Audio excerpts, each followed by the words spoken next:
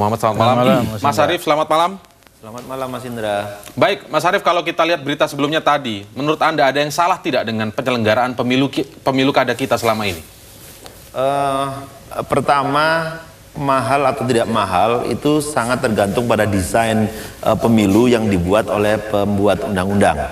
Ya, kalau kita lihat memang desainnya itu membuat pemilu menjadi agak mahal gitu ya.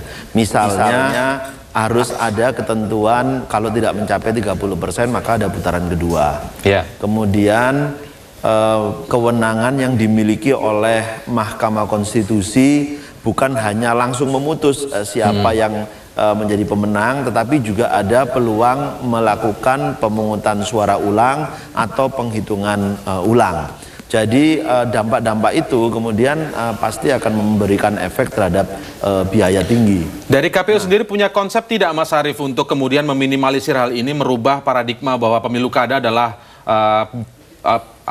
high cost politik begitu, politik biaya tinggi? Bisa saja KPU kemudian membuat beberapa strategi agar biayanya menjadi murah. Tetapi, sudah diterapkan tidak itu? Apa yang kita buat itu kan tidak boleh melampaui kewenangan yang diberikan oleh undang-undang. Misalnya, kami bisa saja mengatur tentang kampanye. Ya. Kampanye tidak boleh memasang baliho lebih dari jumlah kecamatan misalnya. Tidak boleh memasang spanduk lebih dari jumlah desa misalnya. Ya. Itu bisa saja akan menekan biaya kampanye. Termasuk iklan di media massa, cetak dan elektronik misalnya. Frekuensinya, kemudian kuantitinya itu dikurangi. Itu juga mengurangi biaya tinggi. Gitu. Baik, itu dari segi calon, tapi bagaimana Pak kalau misalnya dari segi yang harus dikeluarkan oleh negara sendiri misalnya? Pertama, ya saya beralih dulu ke Pak Muhammad. Apakah Anda melihat selama ini bahwa memang pemilu kada yang berlangsung saat ini sudah sesuai dengan koridor, dalam artian anggarannya kan ini besar. Kalau kita catat di Jabar, Jawa Tengah, Jawa Timur, bahkan mungkin di Sumatera Utara, kalau di Jabar saja hampir 1 T tadi. Betul. Ini belum bicara soal 2 putaran. Iya, iya. Ini efektif tidak dengan pelanggaran-pelanggaran yang ditemukan oleh Bawaslu itu? Kalau terkait pemilu mahal ya, saya 2 pekan lalu itu dari Ekuador, ya, meninjau pemilu di sana, itu pemilunya sangat murah.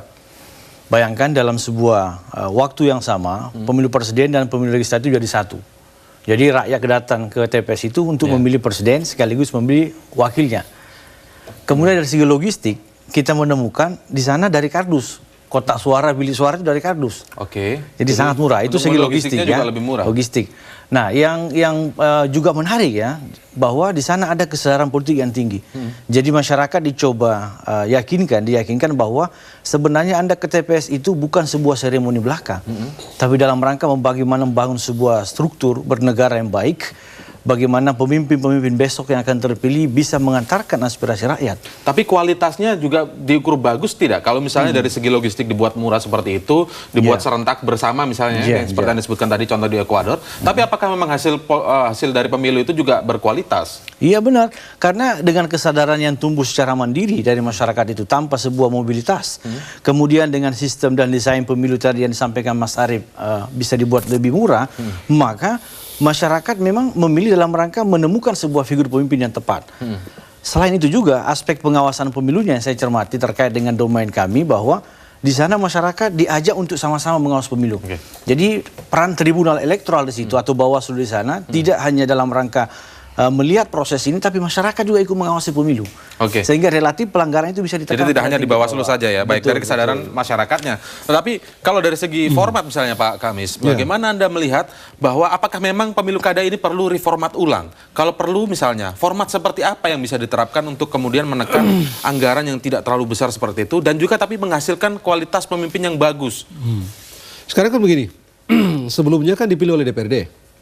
Ya, itu dari tahun 50-an sampai tahun 60-an, 66 sampai dengan 99, 2003 gitu ya. 2004, 2005 kita mulai dengan pemilu langsung gitu ya. Pemilu langsung ini kan, pilkada langsung ini kan baru beberapa hari ini ya. Boleh dibilang 2005 sampai 2013 begitu ya. Jadi bahwa ada kekurangan di sana sini iya. Begitu ya. Nah, yang saya bilang begini sebenarnya. Saya setuju dengan Ucok tadi itu ya, bahwa dari Fitra ya. Dari Fitra tadi, dari Ucok ya, bahwa organ yang menentukan berkualitas tidaknya pemilu kada itu adalah KPU. Tapi kalau KPU tadi menyebutkan tidak bisa melanggar wewenang-wewenang yang lain. Tidak bisa juga. Tadi Ucok tadi bilang kan, itu kan desain besarnya tentang konstitusionalnya gitu kan. Tetapi kelompok kerja ini, kelompok kerja itu, kelompok kerja ini, kelompok kerja itu bayar semua kan? Iya, iya. Belum lagi Pokja. tadi kan Ucok bilang, Pokja itu. Tadi kan Ucok bilang itu, bolak-balik itu. Anda bayangkan kalau KPU misalnya dari Ternate sana bolak-balik Ternate berapa itu? Atau KPU dari Morowali sana begitu. Bolak-balik Ternate berapa itu? Nah, kalau dalam satu tahapan saja itu katakanlah mereka mesti bolak-balik 10 kali berapa duit itu satu kali pergi gitu kan. Oke. Nah, kita kan tidak tahu bagaimana desain logistik misalnya kualitas kertas dan segala macam siapa yang mesti kerja. Ini kan semua KPU. Gitu kan. Yeah. Jadi KPU-nya yang mesti bikin beres gitu untuk pilkada-pilkada gitu ya. Tadi malam saya share ya di sejumlah di beberapa di Google gitu ya. Sejumlah anggota KPU masuk penjara gara-gara keliru salah dalam mengelola anggaran. Begitu ya. Sejumlah anggota KPU masuk penjara. KPU Ambon, beberapa anggota KPU-nya masuk. KPU Ternate masuk.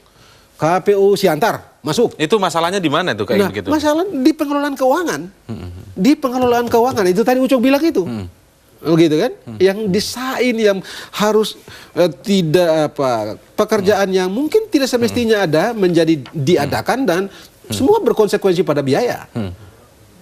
Begitu ya. Apakah ini adalah strategi mereka untuk menutupi atau mendapatkan uang negara itu kita tidak tahu. Tetapi faktanya adalah sejumlah KPU sekarang masuk penjara. Terakhir saja ini kalau tidak salah KPU Sulawesi Selatan salah satu sekarang mulai diperiksa oleh Kejaksaan Tinggi di sana begitu ya. Tinggi, ya.